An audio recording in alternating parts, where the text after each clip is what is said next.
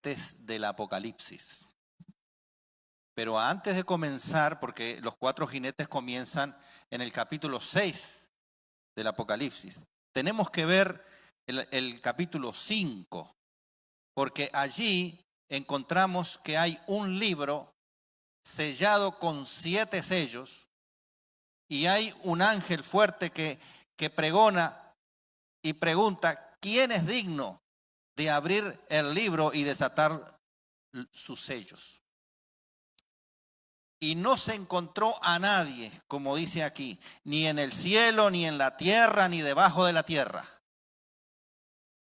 Ahora, un libro con 7 sellos es algo muy, pero muy importante. En ese tiempo se usaba, por ejemplo, los 7 sellos cuando se trataba de una herencia. Y la persona autorizada para abrir el libro tenía que estar presente, porque si no, los herederos no recibían absolutamente nada. Y aquí está pasando algo similar. Hay un libro que tiene 7 sellos y si no se encuentra la persona autorizada, la persona adecuada para abrir ese libro, entonces el profeta pensaba que toda la humanidad íbamos a estar perdidos para siempre. Y entonces uno de los ancianos le dice al profeta Juan: no llores. ¿Por qué? He aquí el león de la tribu de Judá, la raíz de David, ha vencido para abrir el libro y desatar sus 7 sellos. Pero dice que cuando Juan mira, se da vuelta y mira, ¿vio un león? ¿Vio un león? No vio un león. Vio a un cordero como inmolado. O sea, el cordero había sido ya inmolado, pero todavía tenía el rastro de haber sido inmolado. Y aquí otra vez vuelvo a resaltar este punto porque es muy importante, que lo vimos en el capítulo 1, cuando Juan escucha detrás de él una voz como de trompeta, pero cuando se da vuelta ve una cosa distinta, no ve trompetas. Lo que ve es un candelero de oro con 7 lámparas de fuego. Y aquí tenemos también el mismo elemento. Él escucha, el que ha vencido es el león de la tribu de Judá. Pero cuando él mira, ve algo diferente, ve un símbolo diferente, que es el cordero como inmolado. Este recurso lo utiliza Apocalipsis en varias partes. Y es bueno tenerlo en cuenta porque cuando él oye una cosa, pero cuando él mira, ve algo, un símbolo diferente, pero se trata de la misma persona. El león de la tribu de Judá es Cristo. Y el cordero como inmolado, ¿quién es? Cristo Jesús también. Y eso es muy importante porque cuando vayamos a ver otro capítulo vamos a encontrar, escuché una cosa y cuando vi otra, pero se trata de la misma persona, del mismo grupo, de la misma cosa de que se viene hablando. Lo importante aquí es que tanto el león como el cordero representan a Cristo.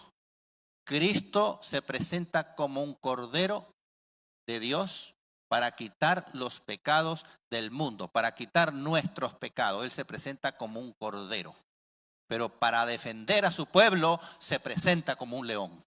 Entonces ahí están los símbolos, cómo se aplican. Otro elemento importante es qué contenía ese libro, porque da curiosidad. ¿Qué es lo que contiene ese libro sellado con 7 sellos? Y el único que podía abrirlo era Cristo Jesús. Porque él dice que el león de la tribu de Judá había vencido. Y entonces él podía desatar su sello. ¿Cristo venció? ¿Venció Cristo? Claro que sí. Cristo venció la muerte. Cristo venció al enemigo. Y entonces por eso Él tiene la capacidad y el poder de abrir los 7 sellos. Ellen Goldwhite, en manuscritos release, tomo 9, página 7, nos aclara el contenido de ese libro.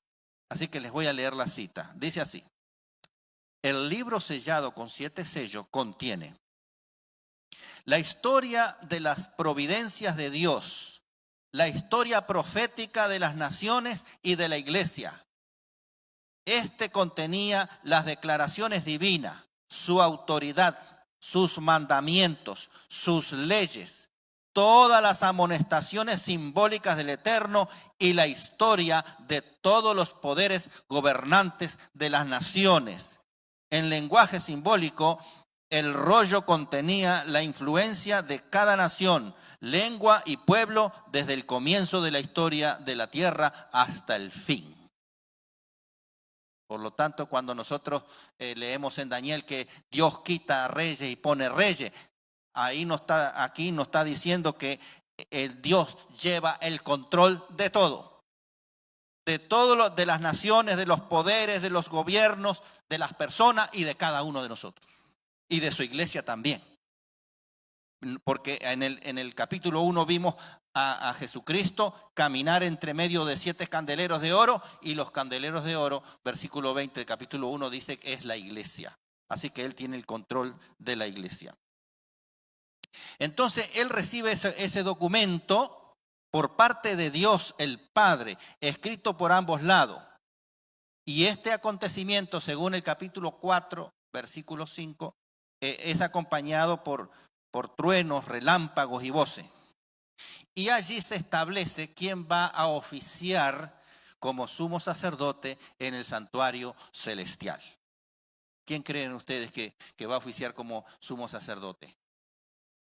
En el versículo 14 del capítulo 4 de Hebreos dice: por tanto, teniendo un gran sumo sacerdote que traspasó los cielos, Jesús, el Hijo de Dios. Así que Cristo Jesús es el sumo sacerdote en los cielos.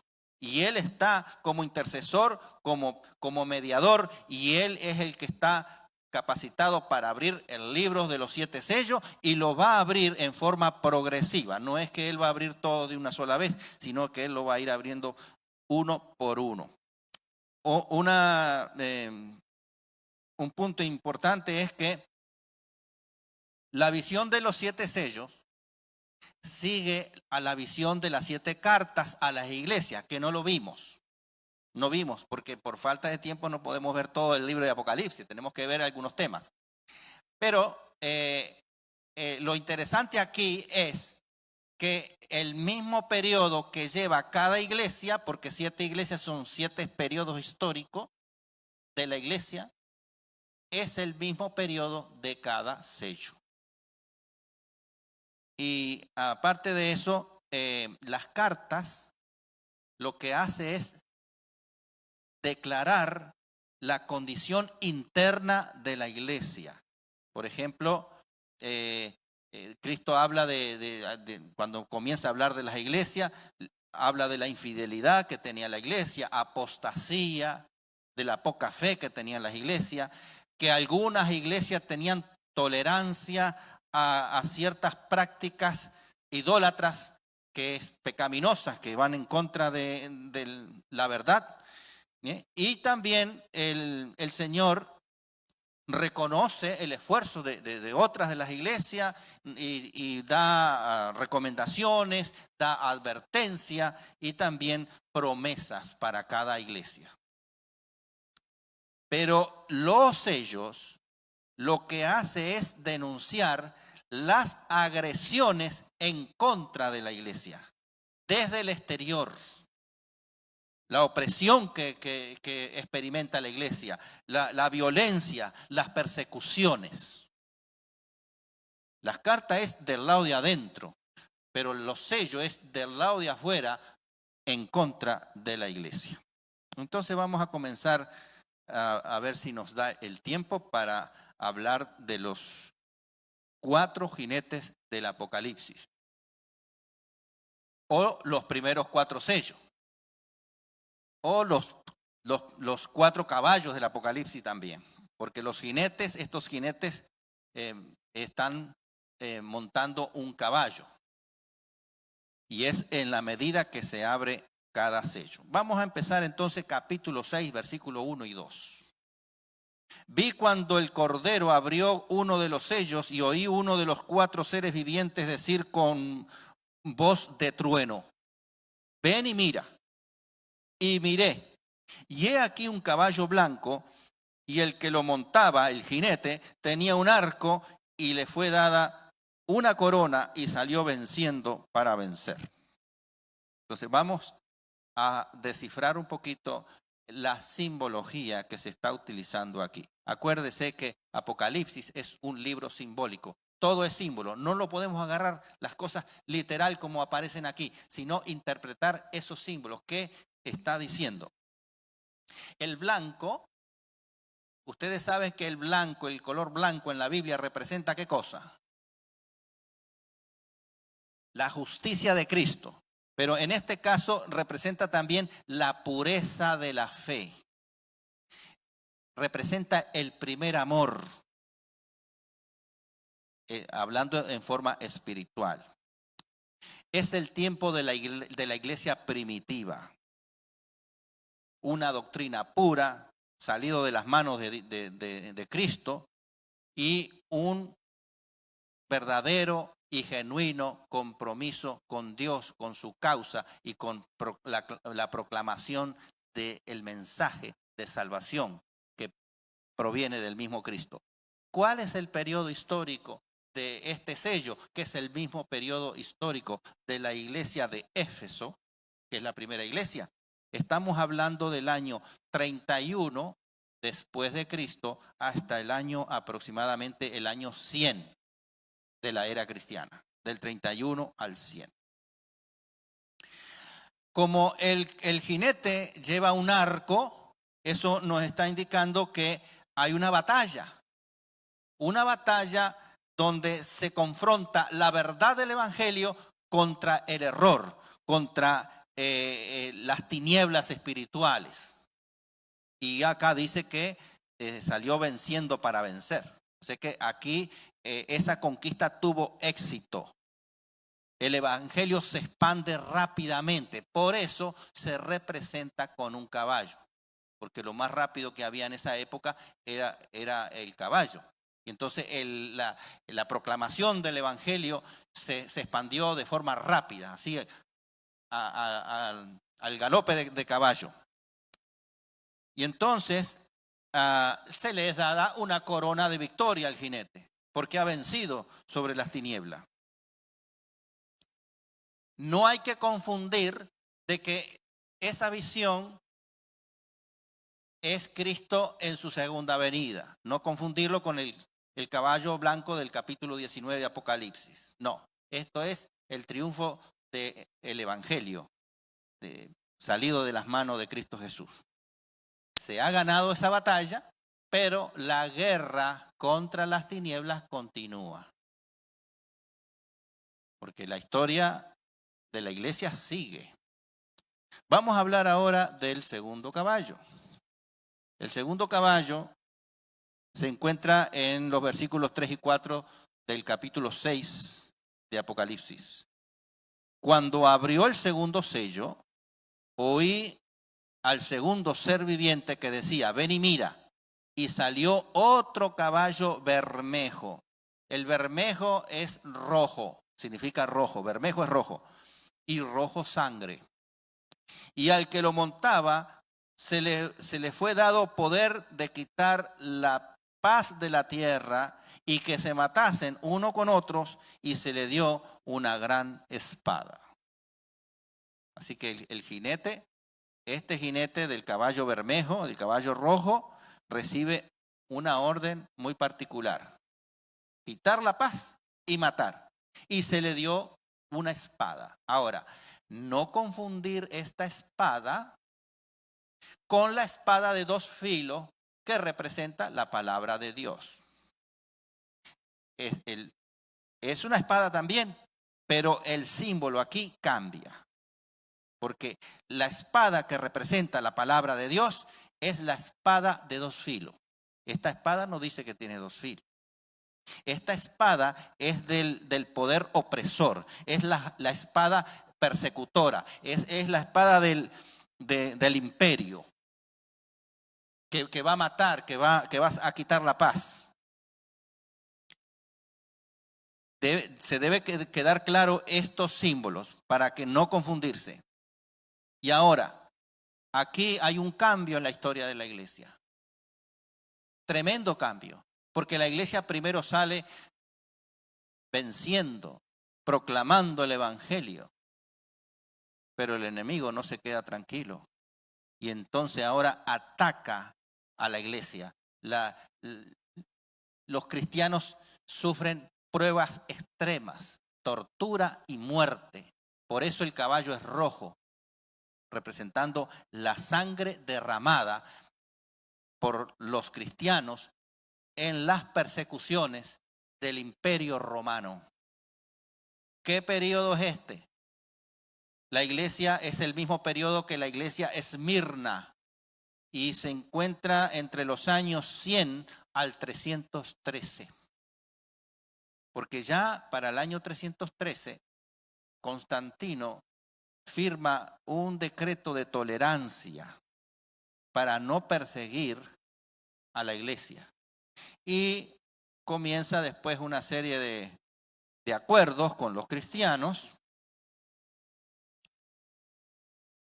Y él se hace cristiano, supuestamente se bautiza. Y él pone luego condiciones. ¿Qué condiciones? Que la de Cristo se comenzó a mezclar con falsas doctrinas.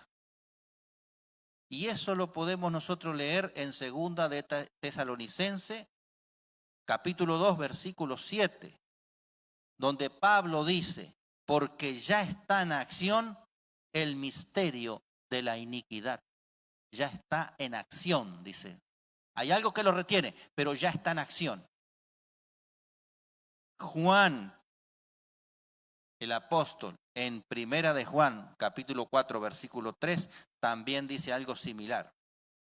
Y dice, y todo espíritu que no confiese que Jesucristo ha venido en carne, no es de Dios. Y la segunda parte dice, y este es el espíritu del anticristo, el cual vosotros habéis oído que viene y ahora ya está en el mundo. Así que ya desde la época de Juan, el que escribió el Apocalipsis, que vivió por allá hasta el año 100, ya el espíritu del anticristo ya estaba comenzando a hacer su trabajo. Por lo tanto, habían fuerzas del enemigo, fuerzas siniestras que estaban trabajando en la iglesia. Y en esa época, del año 100 al 313, poco a poco el formalismo en la iglesia desplazó a la sencillez. La iglesia ahora, como se fue poco a poco haciéndose amigo del gobierno imperial, entonces ahora la iglesia persigue no proclamar el evangelio, sino persigue popularidad, ostentación al poder, y lo que se logra es un autoritarismo eclesiástico. Todas las personas deben sujetarse al obispo romano de aquella época. Y ellos comienzan a proclamar que únicamente a través del obispo los feligreses pueden ser salvos. ¿Eso es correcto? ¿Quién es el que salva? Cristo, el único. Pero allí comenzaron entonces a introducirse herejías, falsas doctrinas en la iglesia. Y esta es una, de que las personas se salvan sujetándose al obispo de Roma en aquel entonces. No, señor. Cada persona se salva en Cristo Jesús. Y si permanece en Cristo, esa es la manera de salvarse. Entonces ahora el cambio también se da en que antes se servía a la iglesia, pero ahora se preocupan en gobernar a la iglesia. Porque ahí comienza, digamos, a introducirse poco a poco política dentro de la iglesia. Y eso ustedes van a ver ahora eso en el tercer sello. En el tercer sello, vamos a leerlo, se encuentra capítulo 6 de Apocalipsis, versículos 5 y 6. Dice así: cuando abrió el tercer sello, oí al tercer ser viviente que decía: ven y mira. Y miré, y he aquí un caballo negro, y el que lo montaba tenía una balanza en la mano. Y oí una voz de en medio de los 4 seres vivientes que decía: 2 libras de trigo por 1 denario y 6 libras de cebada por 1 denario, pero no dañes el aceite ni el vino. Hay muchos símbolos acá. Hay muchos símbolos. Primero, el caballo cambió de color, es negro. Empezamos con un caballo blanco, luego un caballo rojo y ahora un caballo negro. Y el negro es la antítesis del blanco. ¿Qué estoy diciendo? Que el negro es opuesto al blanco. Entonces, si el blanco representaba la pureza de la fe, la victoria de la fe, la victoria de proclamar la verdad, el evangelio de Cristo, entonces el negro en contraposición significa una fe corrupta, una derrota espiritual. ¿Por qué? Porque ya se habían infiltrado, como vimos en el caballo rojo, herejías, el anticristo empezó a hacer trabajo y entonces comienza a contaminar la verdad con las tinieblas, hacer una mezcla.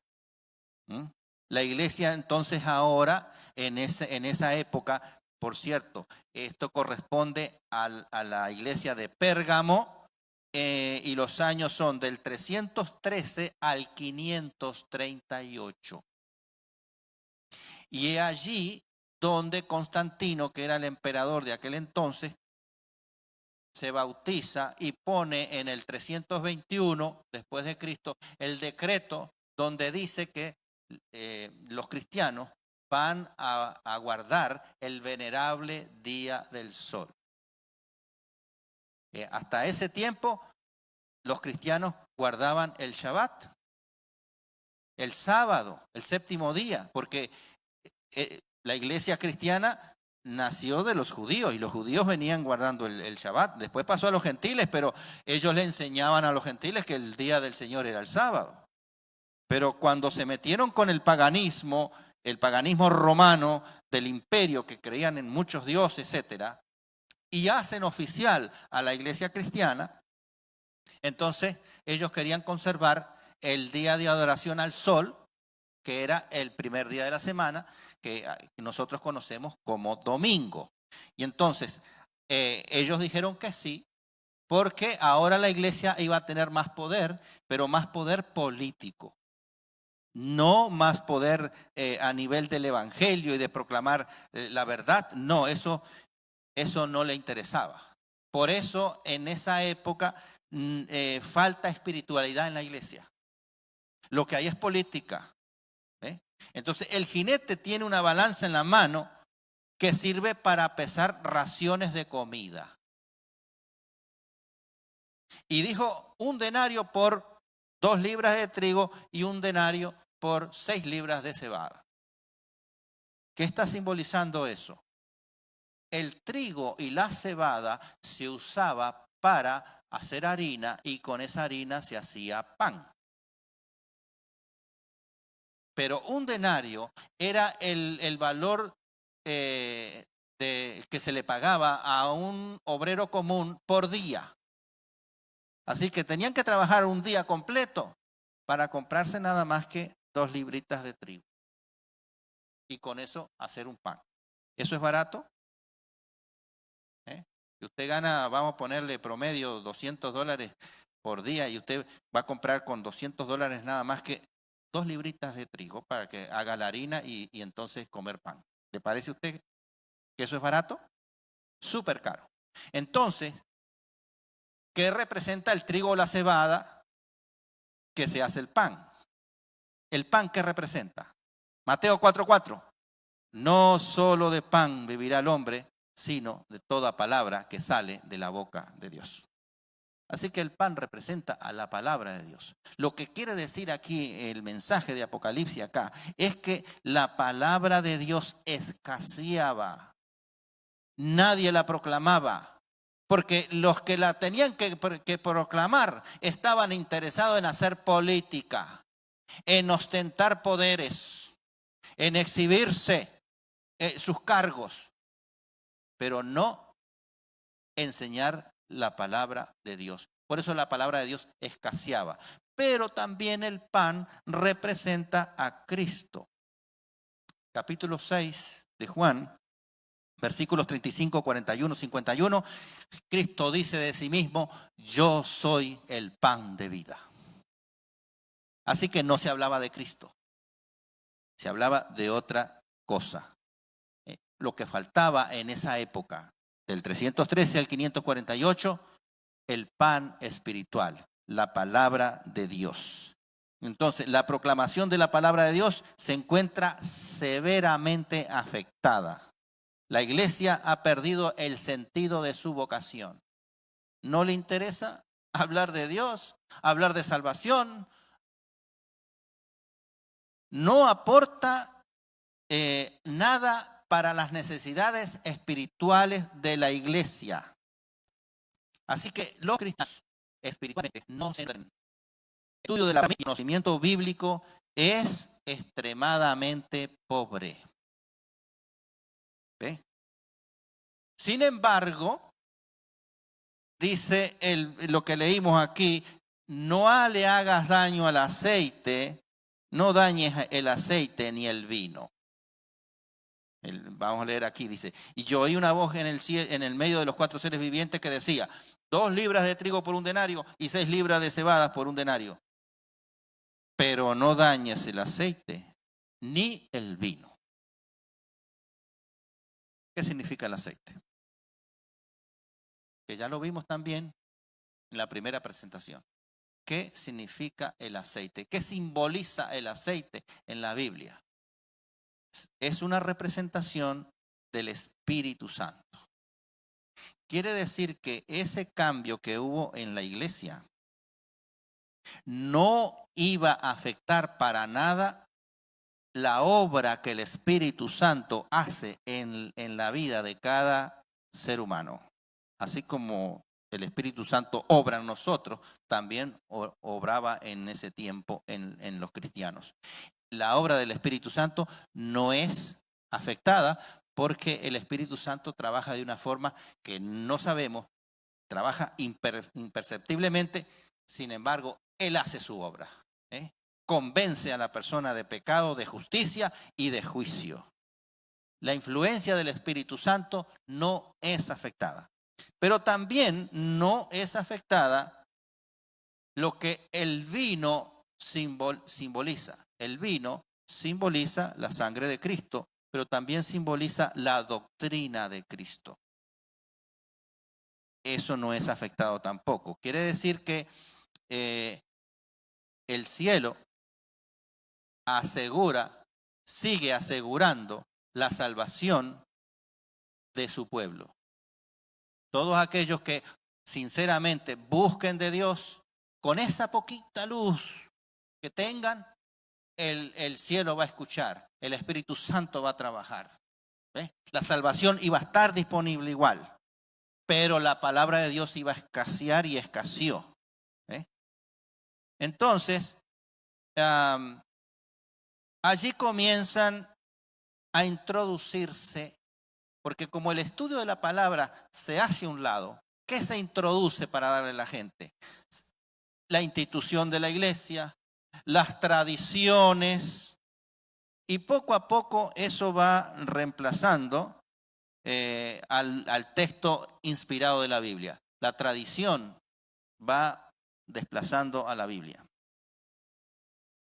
Y entonces el cristiano tiene hambre espiritual. En esa época, como les dije recién, se cambia la observancia del Shabbat, del verdadero día del Señor, el sábado, el séptimo día de la semana, se cambia por decreto de Constantino, el emperador de Roma, por el venerable día del sol, que es el primer día de la semana, que es el domingo. Y luego en el siglo V y siglo VI aparecen dos personajes muy conocidos dentro del catolicismo, que es San Agustín y Gregorio el Grande. Dos curas, dos padres de la iglesia, como le llaman ellos. ¿Y qué introducen esta gente? Estos dos. El purgatorio. Y el purgatorio lo que hace es que la persona no va al infierno y no llega al cielo, llega a un punto intermedio. Entonces, la iglesia, las oraciones de la iglesia, es la que saca a esa persona de ese lugar que se llama purgatorio y la manda para el cielo o para el infierno. Depende.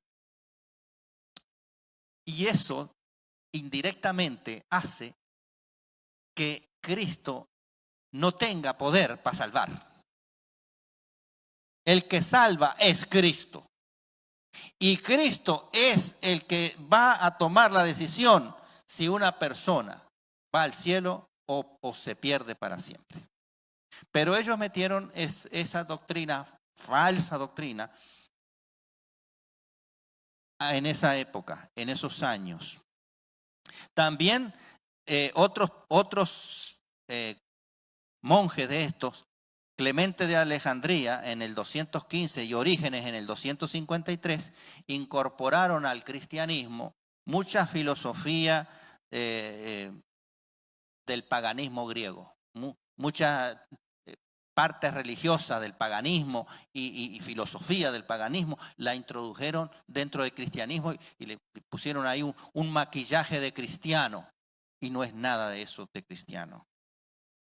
Así que otro elemento tremendo es que el sistema religioso y político romano usurpó el único y exclusivo ministerio del sumo sacerdote Cristo Jesús en el cielo como mediador y como intercesor en el santuario celestial. Y si ustedes quieren ampliar esta parte, que yo la estoy diciendo rápido por el tiempo, vayan a Daniel, capítulo 8, y pueden leer del versículo 9 al 14, y allí van a ver el cuerno pequeño, las cosas que hace. El caballo amarillo, vamos a rapidito porque ya el tiempo se nos fue. El caballo amarillo aparece después, y este caballo amarillo, versículos 7 y 8 del capítulo 6, este caballo amarillo va montado por un jinete que se llama Muerte, pero no va solo. Le acompaña, dice, el Hades o el Sheol. Hades en griego, el Sheol en hebreo, que significa el sepulcro, el lugar de los muertos.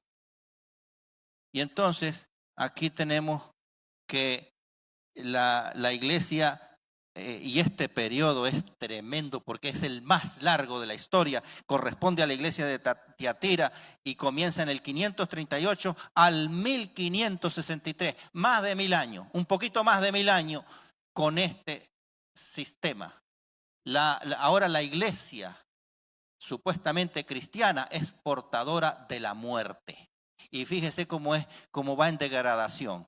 Comienza el caballo blanco triunfando, pasa el caballo rojo donde los cristianos sufren extrema persecución, viene el caballo negro donde se mezclan la mentira con la verdad, y entonces en el caballo amarillo pestilente, ahí está la muerte espiritual total. Porque ahora, imagínense, si la persona no se nutre, termina muriéndose. Son más de 1000 años que es la época de lo que se llama el oscurantismo, Históricamente se llama la época del oscurantismo. Y entonces allí aparecen, por ejemplo, las cruzadas, las guerras santas, la guerra por la iglesia. Aparece la Inquisición, la supuesta Santa Inquisición. Acá aparecen sociedades secretas como los Caballeros Templarios y otras sociedades ocultas. Entonces la verdad de la Santa Palabra, que habla de que Dios se encarnó, que descendió del cielo a la tierra, se encarnó, se hizo hombre, vivió entre nosotros, murió por nosotros, resucitó y está intercediendo por nosotros en los cielos. De eso no se habla absolutamente nada en esta época. Ahora, podría decir unas cuantas cosas más, pero el tiempo se fue. Esto es historia. Porque llegamos al año 1563 y uno dice, bueno, eso es historia, eso pasó ya. Gracias a Dios nosotros nos pasamos por eso, porque vivimos en el 2022. Pero ¿sabe una cosa, hermano? Las consecuencias quedaron y las consecuencias siguen hasta el día de hoy. Esta época es la época de los arrianos. Arrio sacó una teoría donde decía que Cristo no era divino, que era un hombre, que no era Dios, etcétera. Y hoy hay grupos que se llaman cristianos y siguen con esa misma teoría de Arrio, diciendo que Cristo sí era un maestro muy encumbrado y que sabía mucho, pero no es Dios. ¿Ves? Y están los gnósticos también, que creen otra serie de mentiras que se introdujeron en aquel tiempo, pero siguen viviendo en el día de hoy. Y nosotros hoy como iglesia tenemos que luchar contra esa cantidad de mentiras. Porque usted le va a hablar de Cristo a alguien, le va a hablar del evangelio, de la salvación que nos ofrece gratuitamente el Señor, y se encuentra con tremendo paredón construido con filosofías y con mentiras que vienen de esta época. Y otro elemento más, a veces cuando nosotros comenzamos el evangelio de Cristo, es como si fuéramos ese jinete del caballo blanco, porque salimos vencedores, salimos con deseo de predicar la palabra de Dios. Pero de pronto nos pasa como el caballo rojo, nos empiezan la persecución contra nosotros. A veces en la familia, a veces en el trabajo, perdemos el trabajo, perdemos parte de la familia también.